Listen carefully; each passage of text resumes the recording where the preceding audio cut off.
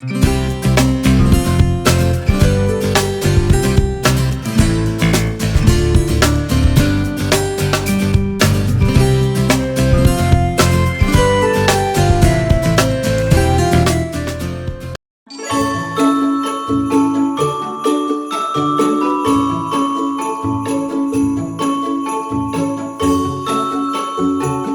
everyone, it's Jaden and I am back with another video on A Tale of Two Cities. I know that I just made one, but I realized that A Tale of Two Cities is so long, complex, and frankly, just an amazing book that I cannot do it justice by only one video. So I have to make a second one. This second video is going to just be talking about even more themes that I have discovered. Plus, I'm going to add 3 quotes that I feel are kind of cool. They might not exactly relate to the themes, but they're like really cool quotes. And like the last one, you know, the famous opening line of A Tale of Two Cities, it was the best of times, it was the worst of times, it was summer of hope, it was spring of hope, the winter of despair. We were all going straight to heaven, we were all going straight the other way. Like, you know, all that, you know that, right? Really famous, basically shows how complex certain situations can be. And so these are some other quotes that I picked up. So first, let's just start off with the quotes, then I'll go down the themes, and then we can call it a day. It's gonna be really fun. So, just have my computer out here. The first quote that I feel is really good. They're not like something that you should be memorizing. They're just really good quotes. 1. A day wasted on others is not wasted on oneself. This connects to the theme on love, courage, and rebirth. I'll go back to that. There's prodigious strength in sorrow and despair. This, I think, connects to the theme of revenge, violence, senseless violence, and stupidity. And then finally, a wonderful fact to reflect upon, that every human creature is constituted to be that profound secret and mystery to every other. And I think that this really covers also revenge and violence. And so you might be saying, like, okay, so some, like, we don't really know each other well. How does that connect to revenge? Some of you might already be figuring it out, but I'll cover that all. And you just want to start off with those 3 quotes. And let's dive right into the themes. First, there's the theme of rebirth. And this comes out a lot. There's a recalled to life. Mr. Lorry, the banker from Tellson's Bank, when he's going to France, Paris, he sends a message, recalled to life. Because, guy who was the Dr. Manette, who was in prison wrongfully imprisoned for 18 years, or like a really long time, like 30 years, I don't know. He was set free, and so that was basically a rebirth, you know? Being in that prison, being in that dark, dirty, and violent prison, that was death. And he was trapped in there for an indefinite amount of time with no trial, no sentence. For all he knew, he would spend the rest of his life there. That's basically the same as death, if not even worse, because like you still have to endure the horrible, miserable conditions, right? So like many people will just prefer death. But anyway, he is recalled to life. He is freed. There's also the example of Mr. Carton, right? Carton sacrifices himself because he believes that there is just he's going to be reborn, that he's going to be recalled to life in heaven. He believes that he will be saved, and he believes that he's doing it for the right purpose. And I think that the theme of rebirth is so important because that's, first of all, it's a big theme in A Tale of Two Cities, as I just mentioned, but also I think that being reborn is something that people really want to achieve. Like, the reason that these revolutionaries are fighting against the aristocracy is because of the fact that they want their miserable France, their aristocrat ruled France, to be reborn from the ashes of this very unfair social class, right? They want to be reborn. They want France to be reborn. And so I think rebirth is really important, just on the human level, on the personal level, and also on the grander level. Rebirth, something everybody wants. Tale of Two Cities really shows it. But while we can assume that guys like Carton, who sacrificed their life so that other people could live, are probably gonna go and be rebirthed in a really good way, France didn't really end up like that. And that leads me to my, okay, wait, first, this actually connects to the theme, to one of the quotes I was talking about before. A day wasted on others is not wasted on oneself. So you can tell that to yourself if you're helping somebody with something. But anyway, on to the second theme, revenge. And this kind of explains why not all types of rebirth work out. So revenge, sometimes the want for revenge can lead to senseless violence, stupidity, and a lot of other bad things.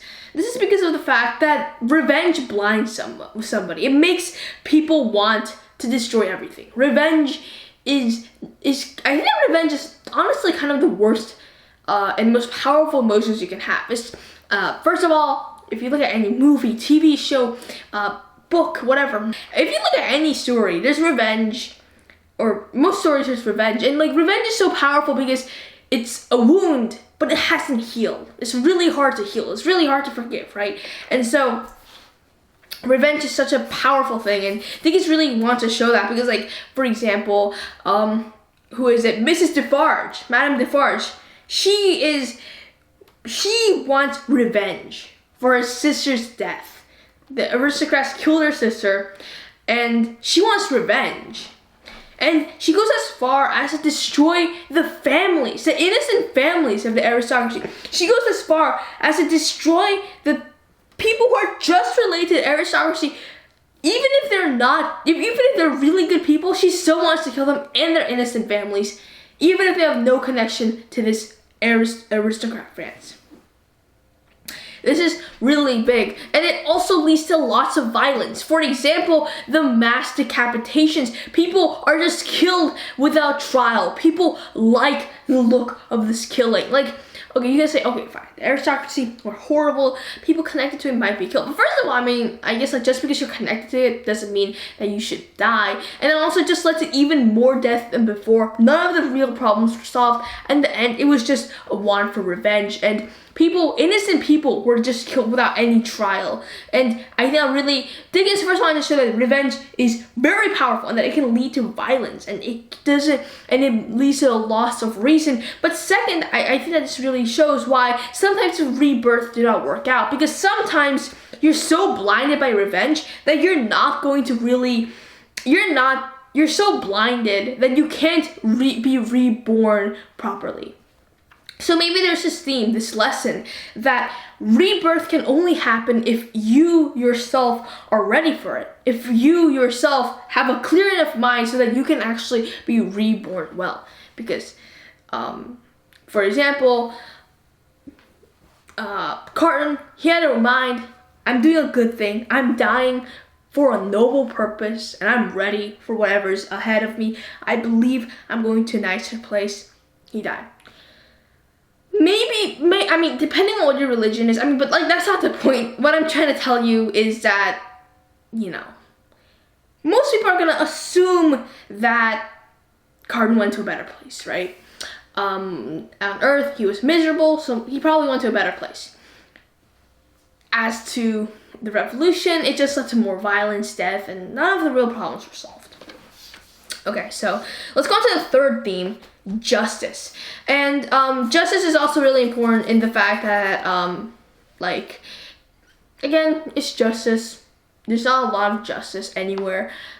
Even in post-revolution France, there's not a lot of justice. People just die because people want them to die with no trial. And like, even if you did something like small that was bad, like that was connected to aristocracy, that doesn't mean that you should deserve to get your head cut off, right?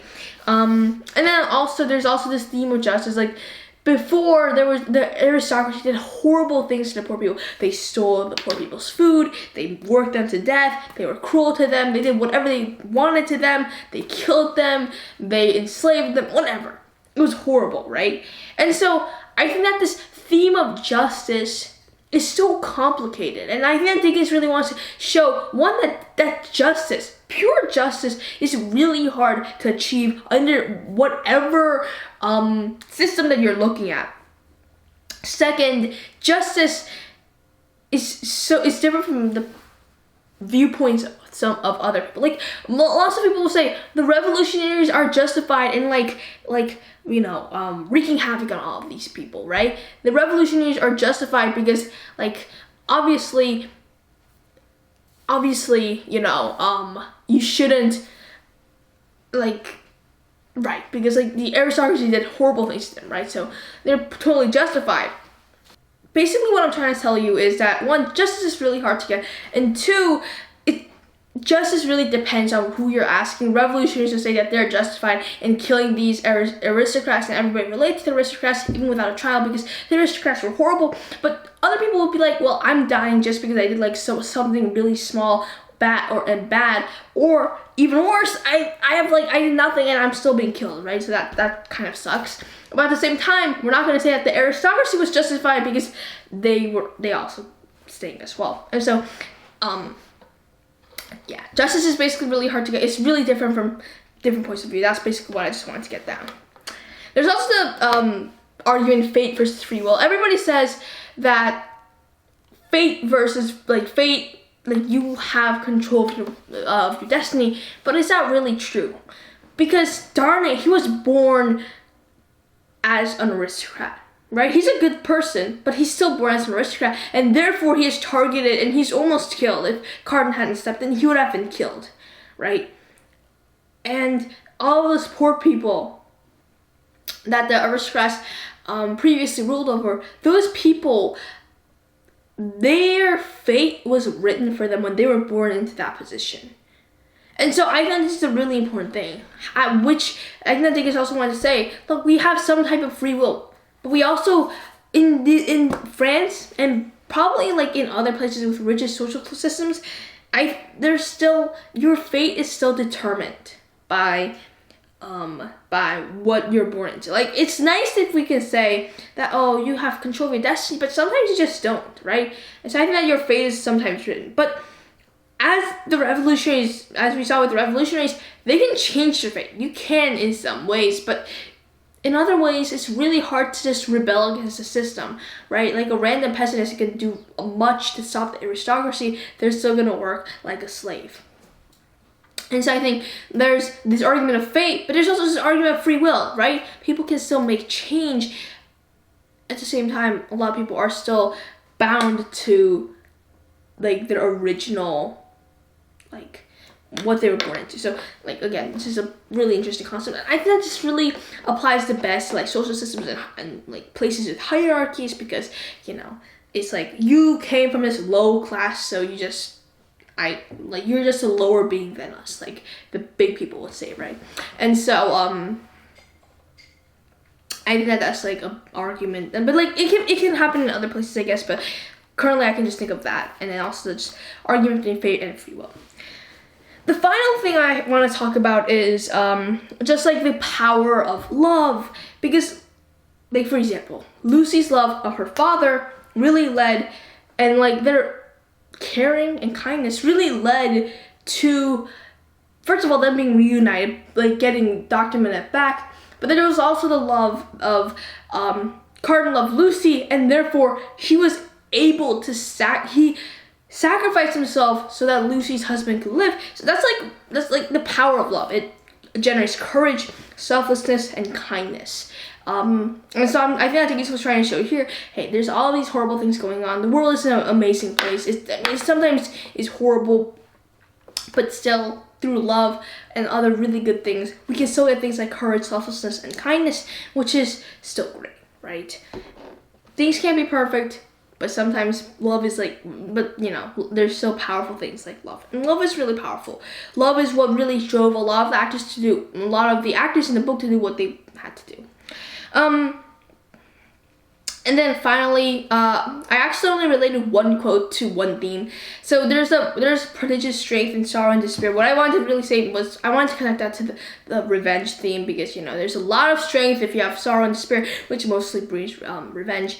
And then a wonderful fact to reflect upon, that every human creature is constituted to be that profound secret and mystery to every other. I really wanted to just kind of say this because throughout the entire book, people are mysteries, they're secrets, they are complex beings, and so that's really just reflects on everything. For example, we don't really know who exactly Madame Defarge is and why she really wants to kill all of those aristocracy until the end of the book.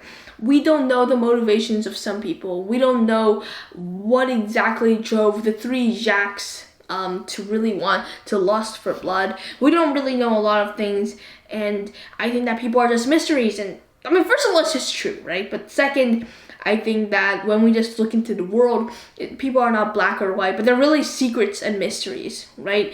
Like different forms of justice, why they view that type of justice as justified. Why do some people view just like no trial, no anything, just killing people who seem to be associated with the aristocracy? Why do they see that as justice? Why does revenge drive some people more than others? Why are they even revengeful in the first place? Why are they driven by love? Why are they driven by courage? Why are they not driven by love?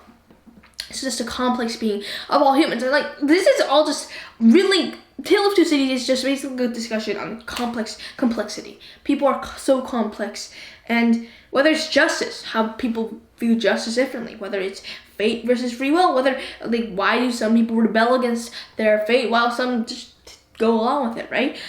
That's another example of a mystery. There's also love and how it really drives courage, selflessness, and kindness. There's revenge, there's rebirth, there's hope, there's all of these things. And I think that just is really a big discussion on human complexity and human nature. And all of this, I think that can be summed up in human nature. So I hope that you really enjoyed this. So you might actually be feeling some vibes of the last video, but this was kind of different. We did touch on some different themes. So I hopefully you enjoyed this. And next time I will be coming back with another classic. So I know I'm going really heavy on classics here. Most of these classics are so amazing, and there's a reason that they're classics, right? But I will be coming back into the modern era, into the 21st century, with some other amazing books that have been published, not 200 years ago. So I have a feeling that you're going to enjoy those as well. I hope that you have a great rest of your day, and I'll see you next time. Bye!